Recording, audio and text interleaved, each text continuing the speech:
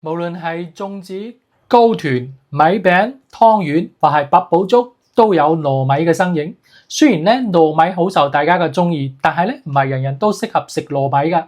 大家好，我係謝醫生啊。呢一期嘅影片咧，我哋嚟講講糯米啦。糯米咧嚟自糯稻，咁糯稻係一種一年生嘅草本植物，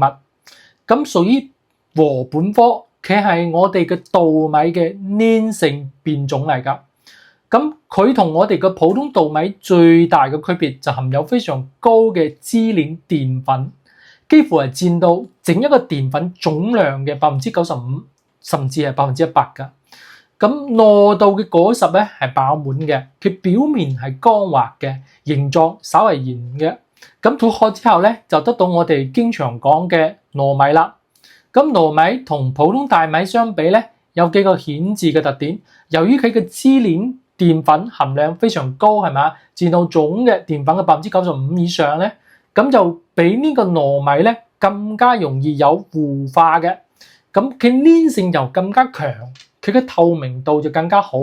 佢嘅保水性都咁好嘅，又可以抗老化，仲有良好嘅凍溶穩定性喎。所以咧呢個糯米咧係好多傳統米製品同埋休閒食品嘅主要原料啦。目前咧我哋國家已經開發好多種以糯米為原料嘅產品，比如粽子啦，係咪啊？糯米糕啊、糯米團啦、湯圓啦、蓮糍粑啊，呢啲傳統嘅食物都有呢用糯米咧釀製而成嘅黃酒、醬油同埋醋呢啲飲品嘅調味品。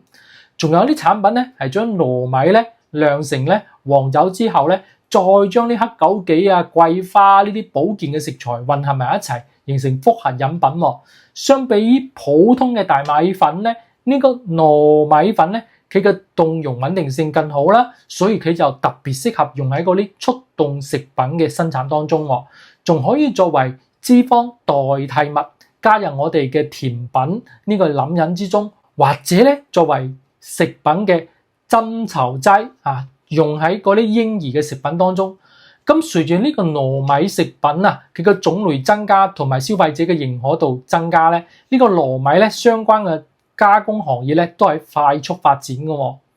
咁中醫認為咧，呢個糯米咧性溫味甘，佢有一個補中益氣、健脾養胃、止虛寒嘅功效㗎。對於一啲朋友佢食慾唔係咁好，經常腹脹腹瀉，都有一定嘅緩解作用。另外咧，呢個糯米咧仲可以緩解去虛所導致嘅盜汗啦。有啲女性朋友妊娠之後咧，佢個腰腹部咧有啲垂脹啦。仲有咧，有啲朋友喺流動損傷之後咧，佢會出現一啲氣短乏力嘅症狀。咁本草經典咧，本草經疏咧，佢就對糯米嘅養生保健作用作咗充分嘅說明啦。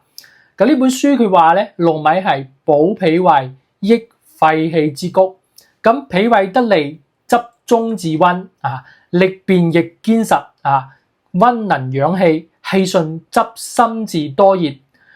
脾肺虛寒者宜之啊。咁明代咧李時珍嘅《本草綱目》咧又提到糯米咧脾肺虛寒者宜之噶，係補脾胃、益肺氣之谷噶。咁脾胃溫暖咗之後咧，我哋中醫認為咧人嘅氣息咧就變得相當暢順啦，從而起到御寒嘅作用。尤其有啲朋友咧佢係脾胃虛寒嘅。另外咧呢個糯米咧仲含有呢個蛋白質啦、鈣啊、磷啦、鐵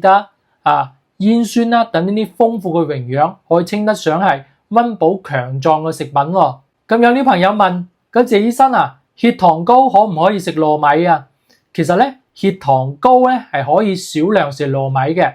因為咧糯米嘅主要成分係碳水化合物，喺講究飲食能量平衡嘅時候咧，我哋碳水化合物咧可以佔到50%或者60%嘅。如果我哋想食糯米咧，就要適當咁減少其他碳水化合物嘅攝入量，確保呢個能量嘅均勻。但係咧，血糖高同埋糖尿病嘅朋友係唔建議一次過食太多嘅糯米啦，而且都唔建議咧長期食用呢個糯米㗎，因為咧呢個糯米咧佢本身咧真係比較難消化嘅食物。如果我哋一次咧食一過多，尤其係老年嘅朋友、細路仔或者係糖尿病嘅朋友，胃腸功能咧肯定因為佢食得過多而受影響嘅，容易引發呢啲胃腸道嘅唔舒服噶。所以咧，血糖高同埋糖尿病嘅朋友可以合理咁少量咁食用糯米噶。仲有啲朋友問謝醫生啊，聽講糯米可以生濕氣喎，係咪咁？其實咧，我話俾大家知，糯米一定會生濕嘅，因為糯米本身係黏性嘅食物，喺胃中咧消化得比較慢，所以咧佢可能阻礙我哋脾胃嘅氣機，引起咧脾胃運化不力而出現胃脹啊、消化不良嘅呢啲症狀。呢啲症狀咧反過嚟可能影響我哋體內水濕嘅代謝，導致呢個濕氣內停嘅。所以從呢個角度嚟講，糯米可能會生濕嘅，但係要注意嘅話，呢種效果係需要長時間堅持食用糯米咧，先會出現咧呢個濕氣咧內停噶。所以咧，如果平時食得一般比較少嘅話咧，係唔會出現呢個濕氣內停嘅一個情況噶。另外咧，仲有啲朋友問：謝醫生啊，點解我食糯米咧會覺得胃唔舒服嘅？其實有啲朋友咧，其實糯米胃唔舒服咧，多數係由於糯米比較黏嚇，唔好消化。咁糯米係有黏性噶嘛。咁仲有糖分、油脂啊，呢啲油脂同埋糖咧，包括喺個黏性裏邊咧，佢個胃咧喺研磨嘅時候咧，就難以將佢磨細啦，可能會導致咧部分黏連嘅，使喺胃喺蠕動嘅時候咧，佢蠕動波係受到限制嘅。所以咧，我哋食黏性嘅食物時候咧，不管係糯米年糕或者係糯米製成嘅部分製品，佢係容易出現呢啲胃部不適，同埋咧佢胃部咧都會加快我哋分泌我哋胃酸，胃酸都會比常規嘅多嘅，佢會刺激我胃黏膜，使我哋咧胃部唔舒服噶。另外咧，提醒大家，唔同人群咧食糯米之後咧，消化時間可能都唔同噶，時間唔固定噶。一般正常人咧，我哋食糯米咧，可能4個鐘之內咧就可以消化完啦。但係我哋消化能力比較差嘅朋友，例如有啲老年人啦，或者係兒童啊，或者有啲朋友佢有胃腸道疾病啊，佢食糯米可能需要4個鐘以上先可以完全消化。而且咧，佢糯米含有個粗纖維，可以減緩我哋胃腸道蠕動，同時可以降低我哋胃腸道嘅消化吸收功能。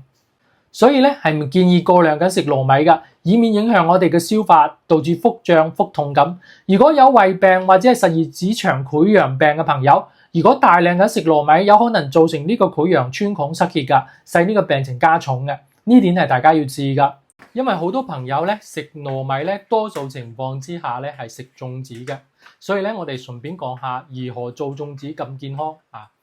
如果大家係自己做粽子嘅咧，可以搭配一啲雜糧米啦、紅豆啦、山藥啦、紅薯啊一齊嚟做呢啲粽子噶，咁樣可以增加我哋粽子裏邊嘅纖維含量啦，減少胃腸道負擔啦。雖然咧而家好多粽子加嘅肉越嚟越多啦，甚至有啲加啲高蛋白嘅海鮮海參啦。我有啲朋友送嗰啲粽子就係咁，但係咧個人建議咧都係要控制咧加入個肉類嘅配料，盡量咧選用一啲瘦肉雞肉就得啦。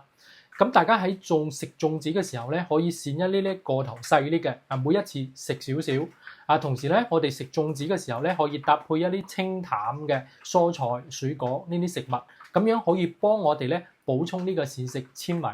同時咧，我哋提醒大家係嘛，粽子咧都唔係適宜咧當作早餐或者係夜宵嚟食噶。